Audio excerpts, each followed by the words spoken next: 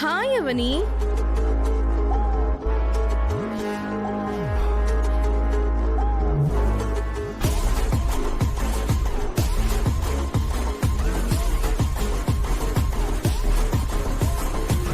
అచ్చో అశోకవనంలో సీతలాగా కూర్చున్నావు.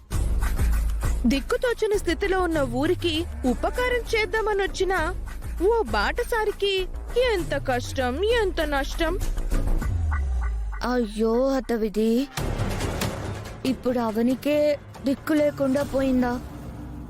ఈ నేల కోసం తన బిడ్డని కూడా నేలపాలు చేసుకుందామని నిర్ణయించుకున్న వీర వనిత ఇప్పుడు ఒంటరిదైపోయింది. పాపం, జంటను వదులుకొని తనకు తానే చేసుకున్న ద్రోహమిది. ఇలా ఒంటరిగా ఎక్కువసేపు ఉండకవని. తుంటరి మనుషులు తిరిగే సమాజం ఇది. అందగత్తెవి కదా, ఆపదలో పడతావు. సత్రమే శరణమేమో అనుకుని అక్కడికి వెళ్ళు. నీకు ఈ ఊరు గుడి కట్టేస్తుందనుకున్నాను.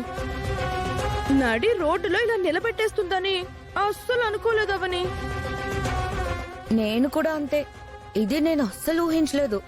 సిటీ నుంచి మా అందరినీ వెంటేసుకుని వచ్చినప్పుడే నేను ఊహించాను. అదిప్పుడిలా ఆవిష్కృతమైందన్నమాట. అందరి ముందు నన్ను దోషిగా నిలబెట్టి బ్రిటిష్ వాణ్ణి, భారతీయుడు get out from my mother land అని అన్నట్టు నువ్వు కూడా నన్ను గెట్అవుట్ ఫ్రమ్ మై విలేజ్ అంటావనుకున్నాను. నన్ను గెంటుతానన్నా నువ్వు గెంటబడ్డా. అందుకే తొందరపడి ఛాలెంజ్లు విసిరేయకూడదని అందరూ అంటారు. శపథాలు చాలా విలువైనవి.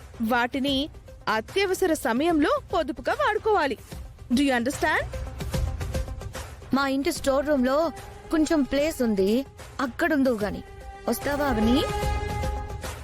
జగన్నాథం గారికి, రవీంద్రకి నేను చెప్పుకుంటాను. వాళ్ళిద్దరితో నిన్ను మెడపట్టి బయటికి గెంటించడమే కదా నా ఎజెండా. ఓ వీధి కుక్క, ఓ గుంట నక్క నా ముందుకు వచ్చి మొరుగుతున్నాయి. భయపడిపోతుందా ఈ శివంగి? నేను ఓడిపోయి బయటికి రాలేదు, గెలవడానికి బయటికొచ్చాను. గెలుపే అందరికీ సమాధానం చెప్తుంది. అవమానించి బయటికి పంపించిన వాళ్లతోనే గౌరవించి లోపలికి తీసుకుని వెళ్లేలా చేస్తాను. స్టిల్ అదే హోప్ తో, అదే కాన్ఫిడెన్స్ తో నేనున్నాను.